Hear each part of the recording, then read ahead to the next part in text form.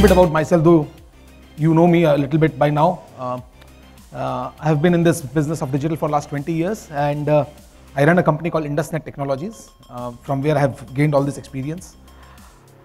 So now, I think the problem that we all are, I'm sure, aware of, and we are all using it, we are all facing it every day, is that we build amazing website portals, we build amazing online systems, we build mobile apps, we spend millions at times to promote that, to get users onto that, and we also get lots of users. But the biggest challenge that we face is that we don't get the use. So I'm sure you understand the difference between user and use. So user is a person who basically subscribes to what we have created. He downloads the app, or he goes to the websites and do a sign up, because you have spent lots of money in AdWords, or you have spent lots of money in media budget, and they click through that, come on your website, fill up a quick form, signs up, or at least shows some level of interest, leaves his email address behind. So you get a lot of users in a way, but unfortunately you don't have really users. And hence this becomes a failing business case, right? So because when management sanctions a particular project, they obviously expect some outcome out of that. And outcome can only come once you have got the use of the product that you are creating. Unfortunately, that doesn't happen most of the time. So what exactly goes wrong? What actually happens? So there's nothing wrong with you. The problem is that it's about them, the users. So unfortunately, when we create our products, when we create our digital strategy, it's mostly about us, right? And as long as it is about us and not about them, it will not work. And that is the problem that we are facing day in and day out, right? So when you make it about them, then it will be about you finally. This means that, as we always say, that if you make the other person win, you will obviously win. So how do we do it? It looks like a very philosophical statement. It's great to make it, but how to execute it? So I will give you 5 slides worth of inputs, which you can take back, apply, or even reject at your own peril, but it works. So what can we really do about it? The first thing that we can do about is to deliver happiness. Now you say, okay, so how do we deliver happiness? So the challenge is that happiness is basically expectation minus reality. So when you set an expectation to someone, and whatever reality you give, that basically creates happiness. So if your reality is far, far less than happiness, then you are, the challenge is that you are not delivering and you are not making people happy. So either you promise less or you deliver more. There has to be one of those two things. So if happiness quotient grows more than particular point X, for example, this X can be different for different kind of people, different target segment. The result is excitement. So when you get more than what you expect, this is exactly what happens. We get excited. We say, wow, this is something amazing. This is exactly what happened when I started flying Indigo earlier, right? But then the expectation of Indigo went up very high, and slowly the delivery started going lower and lower. And so the excitement has died down. Maybe we'll still fly Indigo because it's a great product, but the excitement has gone down. So we don't keep talking about the greatness that Indigo stands for. I'm just giving an example, and I hope I don't have an Indigo CIO in this room. So result is excitement. So product gets used. So what happens when you have excitement? When you have excitement, the product gets used and shared. Now, why is it so important that the product gets used and shared? Is because the game in the world that's going on right now, it's a 0 or 1 game. Either your product but you can see the trait, So if the product is not going great, you will be able to see that the product is going towards 0. It's not going towards 1. 1 obviously is success, 0 is of course failure. So for example, I think I'm losing a little bit on the downside. So for example, 1 is WhatsApp. So I hope, as we recently saw, everyone pulled up his hands when they asked that, who used WhatsApp. So WhatsApp is a success. Did you ever see a WhatsApp ad? Do you think really WhatsApp spent millions of dollars in getting users? It got all the users and it also gets all the use. Right now, while all we are sitting in this room, I'm sure at least 10 of these you are actually doing WhatsApp. So this is the level of use WhatsApp has. And which brand does not have this 1? There are lots of brands which has got a 0. And I don't need to tell you about that. You yourself has downloaded many apps, have deleted them off, and your consumers might have also downloaded your app and deleted that off. And those products unfortunately become a 0. So for example, one product that I was interviewing one of the gentlemen who started a product called Hike. So I was on the moderator panel and I was discussing with this. It was a very uncomfortable discussion when I asked that how many users do you have at Hike? And I was given a number in millions. And then I had to ask this question that how many lines of chatting do you actually have in Hike per user per day? And it was all eerie silence. There was no answer. Because the point is, again, as I said, either it's a success or a failure, and it all depends on how much use do you get on that. So, second point, utility trumps creativity. So when we create products, when we create ideas, when we create websites, when we create mobile apps, the most interesting thing happens is, the first thing that happens is basically we get a great creative agency in the room. Great. But challenge is that utility trumps creativity every day, every time. The point is that we try to create things which sounds cool, which looks cool, which is beautiful, which is the pomp and show of the house, but that doesn't really give you the edge that you really need. So creativity is overrated. What is more important is need is more important than the want. So what is important that do you understand the need of your customer precisely? And that is where I said that the challenge is not about you, the challenge is about your customer, because you are not really looking into what they want. So my suggestion would be create utility, find what your users really need. If you are able to find out what your users really need, I think you have hit the nail on its head, because that gives you the understanding what exactly you will create and what will become viral, what will become usable, what people will love to use, and if people actually love using it, if they're excitement and they get into a point of excitement, it gets shared. And if it gets shared, you really don't need to market it. So if you see the millions of dollars being thrown into products to market it, actually at the time, just makes me insane. But the best of the products actually get used automatically. You don't really need to push a lot of money to market them. And the signals that you get when you actually put the right utility in front of your consumer is, it's visible. But it's not visible when a customer comes and tells you. It's visible, these are hints.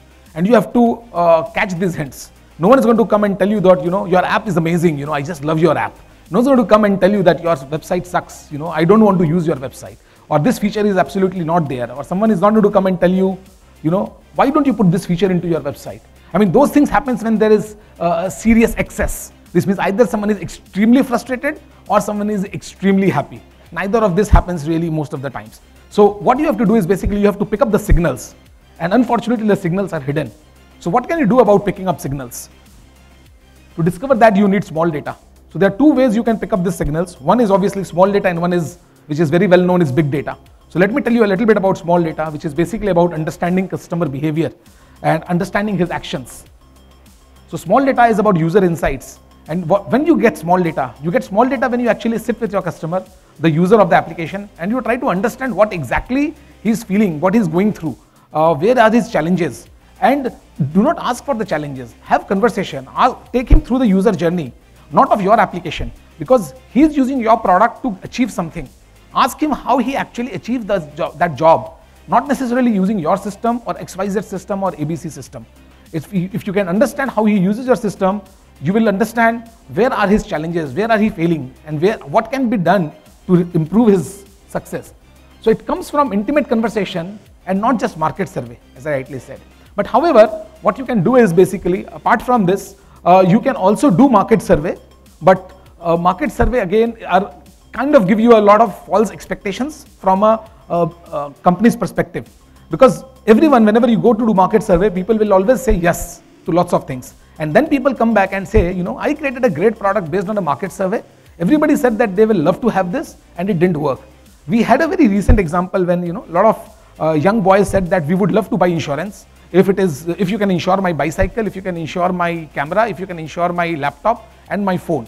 And one of these insurance companies launched an insurance policy where you can insure any of these three products by just clicking the photograph of these three products and pressing enter and paying by credit card. Great product, amazing customer insight by survey. But the challenge is that they forgot that these people are not really insurance savvy, right? If you ask them, do you want to buy it? If it gives you some money back, because they don't have the knowledge and experience of buying insurance. So they don't understand really what does it mean. So for them, so there was a very funny incident which I actually heard into from their call center, and this insight told me that, which is what I mean by small data. This guy actually bought an insurance policy, and before that his phone was actually broken, and he bought an insurance policy, and then he called up to actually claim. And then when claim was rejected, he said, you never said that my phone needs to only break after the policy is purchased. This is the level of naiveness that you will find in consumers. And when you do not do small data survey, you will never come to know about that. When you do a big data survey which is based on forms, you will never be able to understand what really that customer really feels, thinks, and how he will actually react to your product.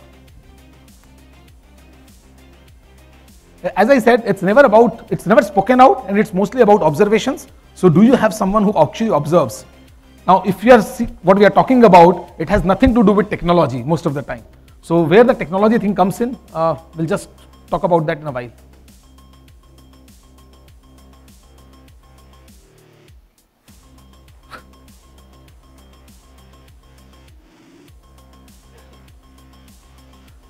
Seems like presentation is jumping around.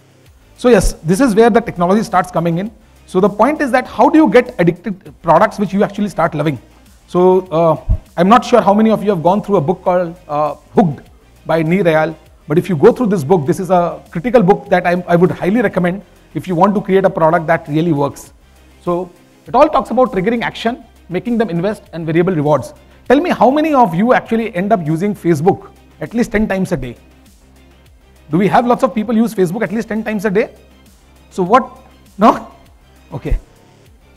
How many of you keep checking emails at least 5 to 10 times a day? I'm sure everyone does that, right? So the reason is because what creates a trigger for emails? When we have to check emails, why do we get this trigger that, okay, this urge, I should take out my phone and check an email? Lack of communication from around us, right? Or just a feeling that something has happened. Some kind of a news coming in. There has to be some kind of a trigger that allows us to jump onto our phone. Or more importantly, just the touch of your phone. Once the phone comes in your hand, you feel, कुछ तो करना चाहिए. क्या करें? चलो यार mail खोल के देख लेते कोई mail आया है क्या? So that is the point. So this is a trigger point. And this is what exactly happens because we actually create triggers in our life. So successful products will always have triggers. So email has a trigger of your phone itself. So when you touch your phone, you start thinking communication, and communication mostly, if you have no real-time communication coming in, the most important communication that is left out is either WhatsApp or email, and that is why immediately you open up communication softwares. You don't open any other software but communication software. So when you are creating a product, let it be a banking portal, let it be a customer portal, whatever you are creating, there has to be sufficient triggers, and those triggers have to be relevant. Those triggers cannot just be sending an email that, why don't you check out what is your current bank balance. So these triggers has to be relevant so that people click onto that, come to your website, come to your mobile app and use it. It can be messages, it can be updates. Show them the value. So if they are basically opening your product, what is the value that they get? Does it save some time to them? Do they save money? Is their life made easy? So whatever is their motivation, you have to show them some benefit out of using your product. The most important thing that we fail to do is basically make them invest. So I'm not saying that you take their money, but the point is that how can you make people invest? So how did Facebook made you invest? Facebook made you invest by actually having you sign up with your friends, connect with your friends. So once you have created a friends network, you will go back to Facebook again and again, right? So when you play a game, what kind of investment are you making? When you play a particular online game at zynga.com or any other main website on your mobile app, what kind of investment you are making? You are actually creating those, those villages or those farms, and those are your investment. When you put in time and create those farms, when you put in time to create those villages, those are the investments you have already made into the system. Once you have made that investment, you will go back again and again to that. If you don't go back, you will feel the urge to go back, and that is the whole fun part. So how do you make users invest in the system? Either there is something which basically calls them again and again that, it is yours. Because the whole point here is that the system has to become the user system than your system. And that happens only when they invest in the system. So, as I said, you ask yourself, when did you invest in the system? And at the end of the day, give variable rewards. So rewards need not be commercial. Rewards need not be money. The reward has to be something that they get when they come into that system. So if you see games which are extremely addictive, what do you actually get in a game? When you go in the game, you will find that, okay, you have got 20 coins. You collect those 20 coins. When you go into a particular area, if you go to a particular farm, you find that there's a crop that you can actually take, or you can borrow something. So all these variable rewards are things that actually people love. When you go on Facebook, the variable rewards are the likes that you have got on your posts. So you don't know exactly what the reward will be when you go online, but you actually go online to check what the reward is. Does your application, does your system give some kind of a variable reward to your user? Because if it doesn't give that variable reward, people have no reason to again come back again and again and use the system. We all want rewards and we all want surprises. And why variable? Because we all love surprises, right? So until and unless we have put a surprise element into the reward, it's not going to work, right? Because a fixed reward is always well known, and people will never go back again and again to take that fixed reward on your website or on your application.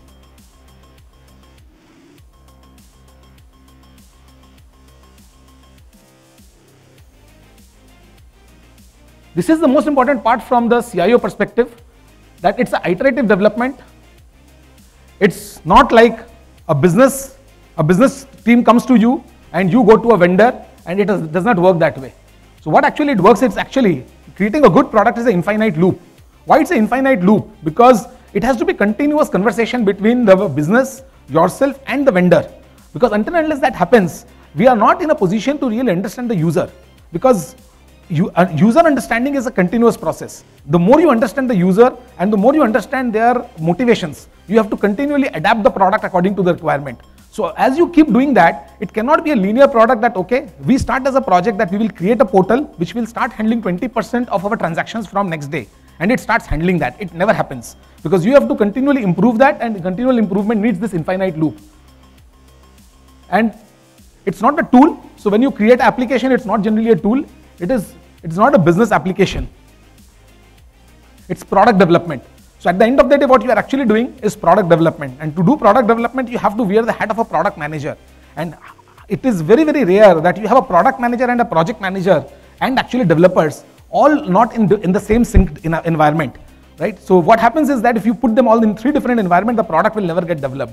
And this is the challenge that we have seen in failed products. Obviously, some products will succeed by chance. Some products will succeed because they have got very strong motivation, or the motivation of the user is very strong. But to make a predictable product development environment to be created, you need to make sure that you are following this process. So build, test and think. So take an integrated approach, cross-communicate. So when we say that when you are building a product, take an integrated approach. This means if you have a successful product already there in the market, you should make sure that that product is connected with the other existing products that you are working with. So that if you have a successful mobile app, try to piggyback on that mobile app and help your other products succeed. Cross-communicate using web, social or mobile.